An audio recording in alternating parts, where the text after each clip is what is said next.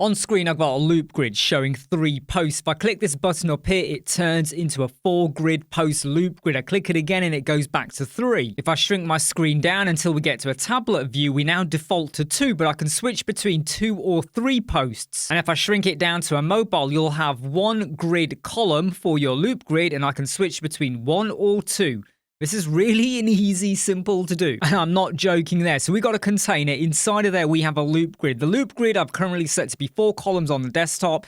6, you can show as many as you want. On the tablet, it shows 2, and when we get to the mobile, it shows 1. In the advanced tab, though, this is important. I've given my loop grid a class name. So you should clearly be able to see 2 different classes. Okay, WS loop grid and then grid A. I've also added in a button, and this just says for grid. Don't worry, the code I'm going to give you will change the wording inside of there depending on what the number is. It actually swaps it out for you. I've gone and added in an icon as well. I went and picked the column icon.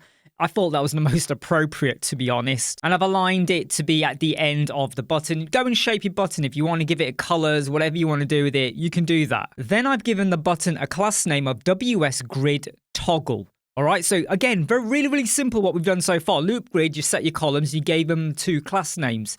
You do your button. I only put the word 4 grid. I didn't put 3 grid, 2 grid, 1 grid. I gave it an icon. And when I've given it a class name, WS Grid Toggle. And then below the loop grid, I went and added in this HTML. Okay, this contains some styling and it contains the JavaScript as well. You just dump all of that code in.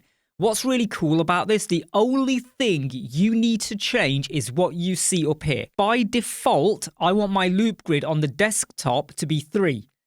Now you might go, hold on, you just said that you set the button to say 4 grid. What I'm just trying to get across is that it doesn't really matter. I just put some text in there, so we had some text. This will control what is shown. So by default, it will be 3, but you can switch to 4. For the tablet, it starts off as a 2, and you can go to 3 or jump back to 2 and back and forth. On the mobile, you default to 1 column, but you can jump to 2. So this is where you will change your numbers. I do want to point out, though, that if you are viewing this in preview, it won't actually do anything. You got to view it on a live page. But that shouldn't be a problem for you. So if you've got some posts where the content doesn't matter so much, now if you've got content where they need to be that big, there's like really long titles or excerpts or whatever, this ain't going to work for you.